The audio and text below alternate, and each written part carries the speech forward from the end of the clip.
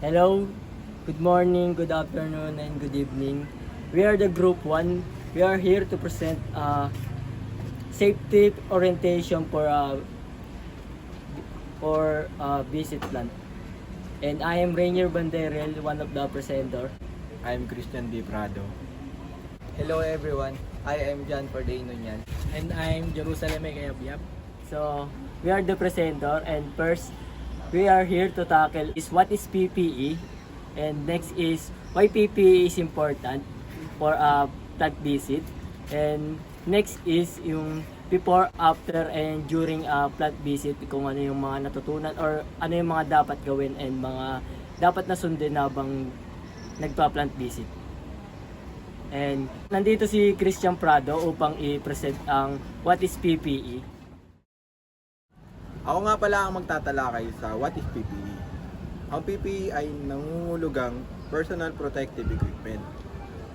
Ang mga kagamitang ito ay dinisenyo para tayo ay protektahan. Ang protektahan o yung mga gagawa na papasok sa site. Ang mga potential na panganib na sa kanilang lugar ng trabaho, ang paggamit ng PPE ay isang mahalagang bahagi ng anumang programa o trabaho para sa kaligtasan upang maiwasan ang aksidente at mapanatiling ang kalusugan ng manggagawa ay ligtas. Ang unang part ng PPE na kailangan may bigay ng isang site ay una ay protective helmet. Pangalawa ay goggles para maprotektahan ang ating mata. Pangatlo ay protective ears o yung headphone na upang maiwasan ang pagkabingi. Pang-apat ay yung safety vest para tayo ay mapansin sa loob ng site. Pang-lima ay yung safety gloves upang maiwasan ang anumang injury na pwedeng mangyari sa atin tulad ng paghawak sa matutulis o yung pakuryente tayo. At yung huli ay yung safety shoes o yung steel shoes na upang maiwasan sa atin na makatapak ng matutulis o mabagsakan ng mabibigat na bagay. I am the one to discuss the why PPE is important. Bakit ba importante ang PPE? Para mabawasan ng pinsala sa ating katawan at sobrang halaga ng PPE dahil dito masisecure ang ating sarili sa anumang trahedya.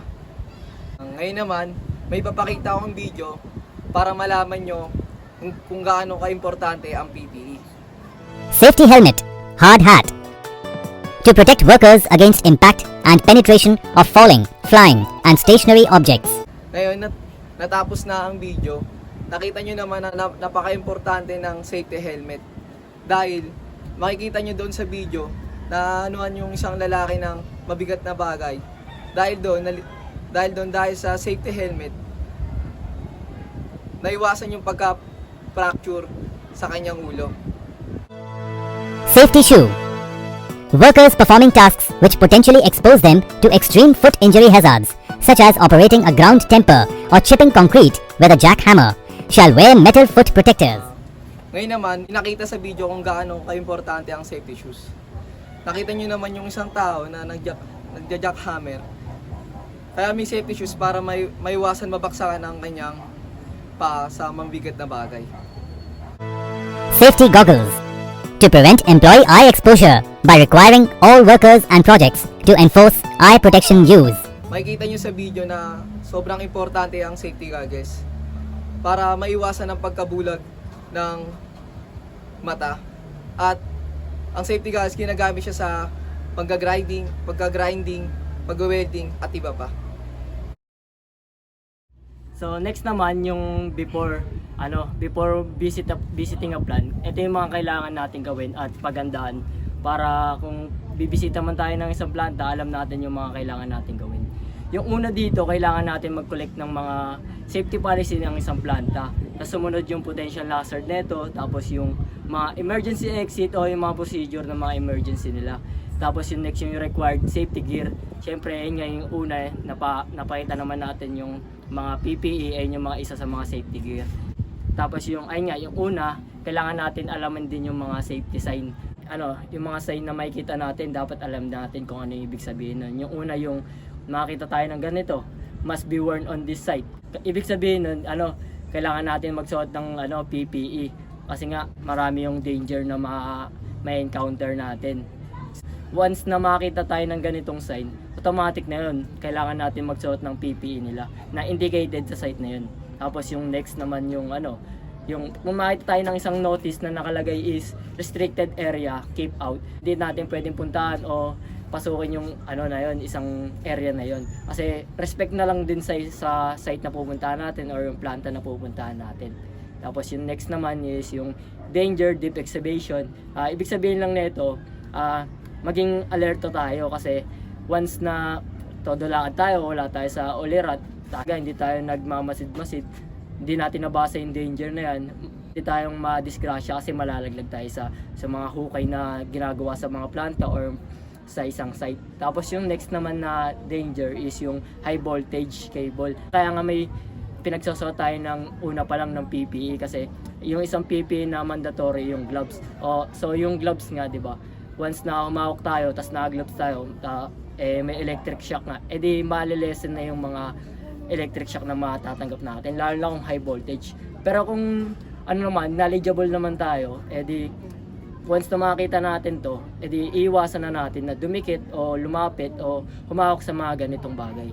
Tapos yung next na notice, yung all visitor must be report to security, no trespassing.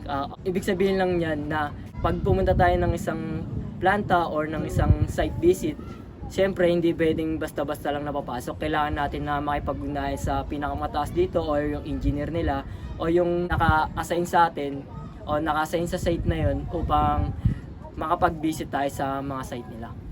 Yung next naman na magpe-present yung about sa during and after ng plant visit.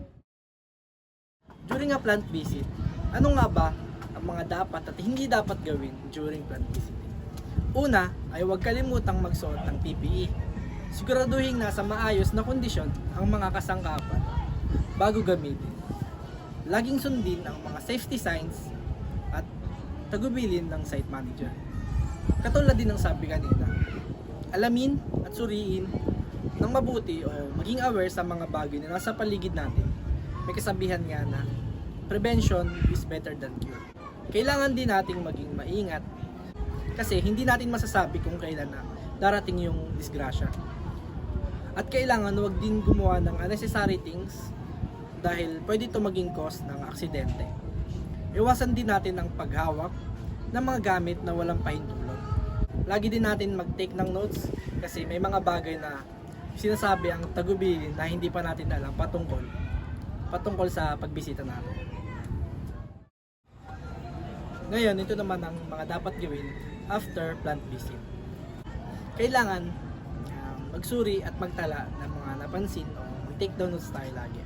At mag-briefing kung ano ang mga napansin, may mga dapat ba na baguhin or may mga napansin na safety na hindi ba nagagawa.